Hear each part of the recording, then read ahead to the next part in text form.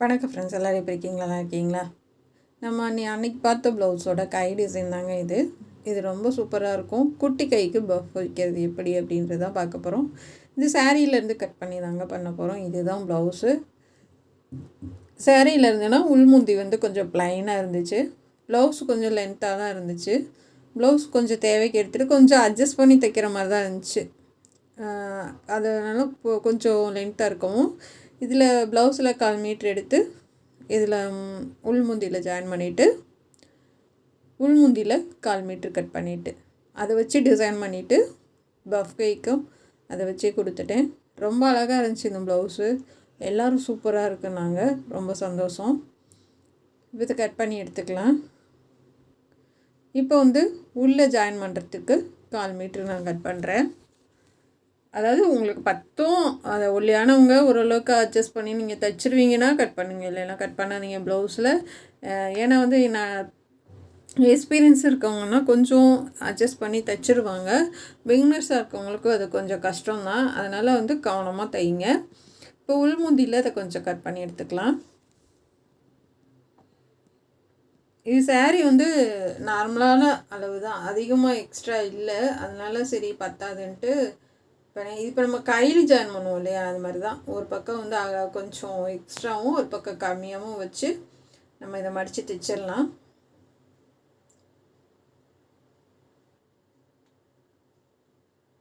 நல்லா அந்த பிசுடை நல்லா உள்ளே தள்ளி மடிச்சிட்டிங்கன்னா ஒன்றுமே தெரியாது. நம்ம கட்டினாலுமே உங்களுக்கு ஒன்றும் தெரியாது.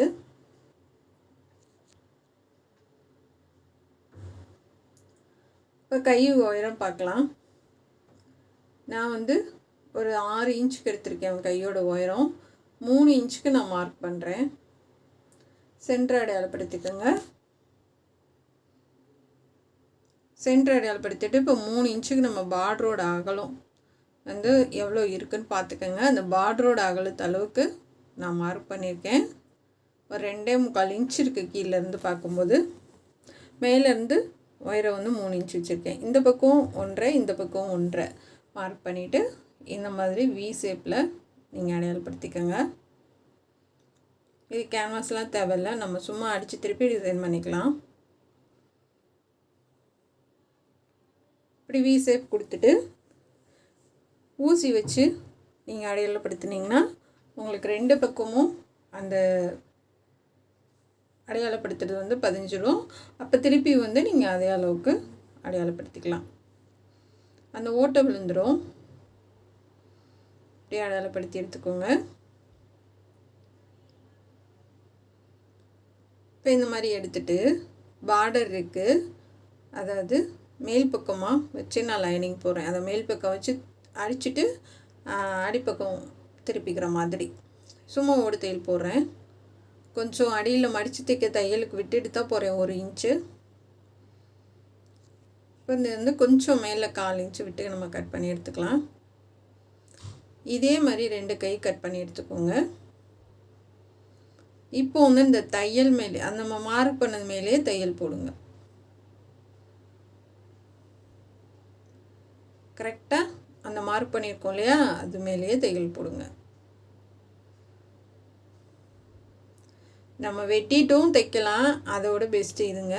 ஏன்னா நம்ம அதை வெட்டிட்டோன்னா கொஞ்சம் சில நேரம் நம்ம காகலமாயிரும், அந்த பிரச்சனைகள்லாம் வரும். அதுக்கு இது பெஸ்ட்டுங்க. இது மாதிரி தையல் போட்டுட்டு ஒரு தையலுக்கு 2 தையல் போட்டுட்டு நம்ம கட் பண்ணும்போது உங்களுக்கு அளவுகள் மாறாது. இப்போ இது மாதிரி கட் பண்ணிவிட்டு நம்ம கொஞ்சம் கிளாத்தை விட்டுட்டு இந்த மாதிரி கட் பண்ணி எடுத்துக்கோங்க. இப்போ அந்த தையலோட லாஸ்ட் பகுதி வரைக்கும் அந்த தையல் ஒட்டி நீங்கள் கட் பண்ணிங்கன்னா தான் அந்த வி ஷேப் நமக்கு கரெக்டாக கிடைக்கும். இந்த மாதிரி நல்லா தேய்ச்சி விட்ருங்க. 2 பக்கமும் நல்லா தேய்ச்சி விட்டுறலாம்.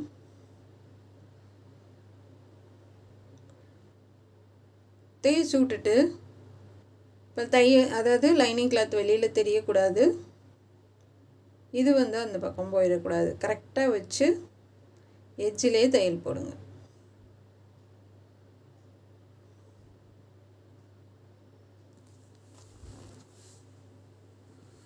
நல்லா எட்ஜிலே போட்டுக்கலாம். பாருங்கள், அந்த வி ஷேப் நமக்கு கரெக்டாக கிடச்சிருக்கு. எட்ஜிலே 2 கைக்கு போட்டுக்கலாம்.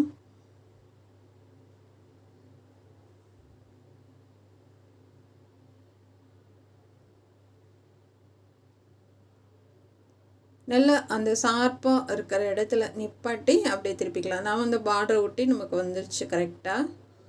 நீங்கள் பார்டர் அளந்துட்டு அதுக்கு மேலே மார்க் பண்ணுங்கள். இப்போ பார்டர் வந்து ஒரு 3 இன்ச் இருக்குன்னா 3 இன்ச்சுக்கு கீழேருந்து மார்க் பண்ணிவிட்டு அதுக்கு மேலே எவ்வளோ இருக்கோ அதை பார்த்துக்கோங்க. ஏன்னா இது வந்து பார்டர் வரைக்கும் வந்துச்சுன்னா தான் உங்களுக்கு அழகாக இருக்கும். இப்போ 2 பக்கமும் நம்ம எட்ஜ்லேயே தையல் போட்டுட்டு மறுபடியும் சுற்றியில் லைனிங் வச்சுட்டு நம்ம எக்ஸ்ட்ரா இருக்க பகுதியை கட் பண்ணி எடுத்துக்கலாம்.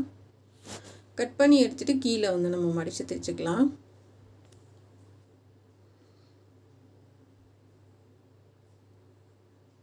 இப்போ சூப்பராக வந்துடுச்சுங்க. இப்போ கீழே அந்த எட்ஜில் தையல் போட்டுட்டு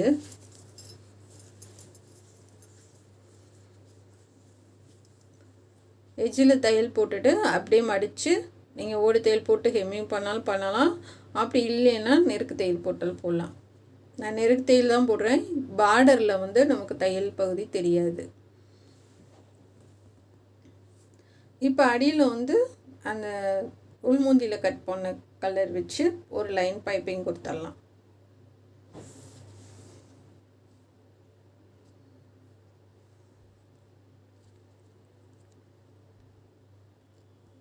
நல்லா அழகாக உருட்டி பைப்பிங் கொடுங்க.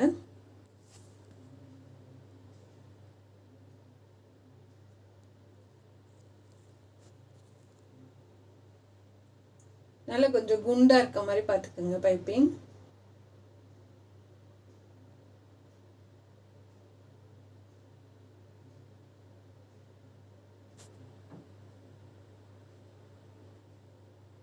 இந்த மாதிரி நல்லா உருட்டி ஃபுல்லாக வச்சிடலாம்.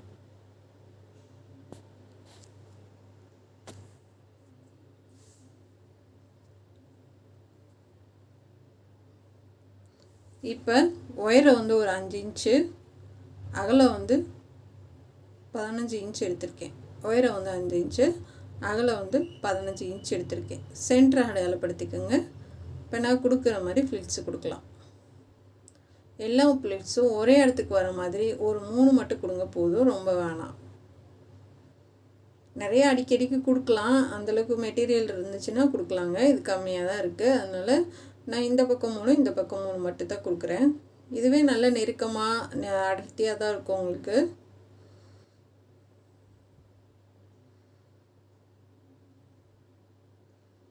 எல்லா ஃப்ளீட்ஸும் ஒன்று சேர மாதிரி கொடுங்க. கரெக்டாக அந்த சென்டரை அடையாளப்படுத்திக்கிறதுக்கு நம்ம ஃப்ளீட்ஸ் கொண்டு வந்து அதில் சேர்த்து வச்சிடணும். 3 வச்சுட்டு கொஞ்சம் தைச்சிட்டு அதுக்கப்புறமா இந்த பக்கம் தைங்க.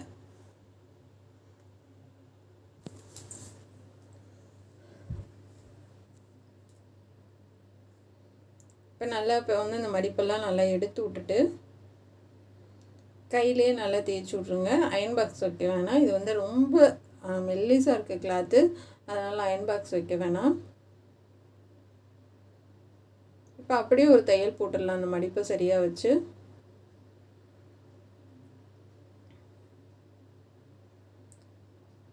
போட்டுட்டு இப்போ கரெக்டாக கொஞ்சம் கீழே கிளாத்து விட்டுட்டு இதை சரியாக வச்சு நம்ம எடுத்த அளவு வந்து சரியாக இருக்குது. இந்த பக்கம் 3 ப்ளீட்ஸு, இந்த பக்கம் 3 ப்ளீட்ஸு, நம்ம 15 இன்ச்சு அகலம் எடுத்தோம். இப்போ அது வந்து உங்களுக்கு கரெக்டாக இருக்குது, நீங்கள் பார்த்தாவே தெரியும். இதை வந்து ஒரு தையல் போட்டு கட் பண்ணி விட்டுறலாம்.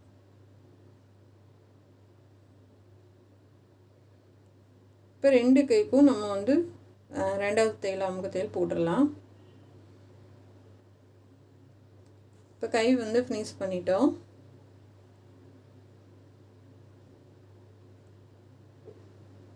பாருங்கள், 2 கையும் அழகாக வந்துடுச்சு. இப்போ இந்த கை வந்து ப்ளவுஸ் ஃபுல்லாக ஃபினிஷ் பண்ணி முடிச்சுட்டே இந்த ப்ளவுஸ் டிசைன் பார்க்காதவங்க பாருங்கள், ரொம்ப அழகாக இருக்கும். இப்போ சுற்றிலும் அது ஹோல் இருக்கும். சில இடத்துல வந்து வீடியோ டல்லாக இருக்கிறதுக்கு காரணம் வந்து இது ஜரிகை வந்து இருக்கிறனால உங்களுக்கு கொஞ்சம் டல்லாக தெரியுதுங்க, அது சைனிங்காக இருக்கிறனால. இந்த ஸ்டோன் பட்டன் வச்சு தைச்சிட்டு சுற்றிலும் காப்பர் பாசி ஒரு 9 பாசி வச்சு தைச்சிருந்தேன். ரொம்பவே அழகாக இருந்தது. இந்த டிசைனுக்கெல்லாம் பெரிய பெரிய காப்பர் பாசி தான் கொடுத்துருக்கேன். 9 பாசி கொடுத்துக்குங்க.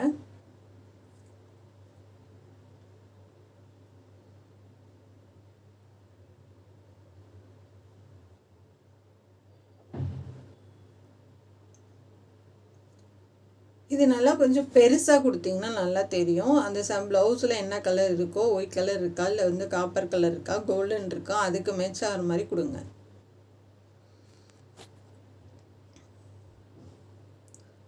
இப்போ சுற்றிலும் அந்த பாசிலையே தைச்சி விடலாம்.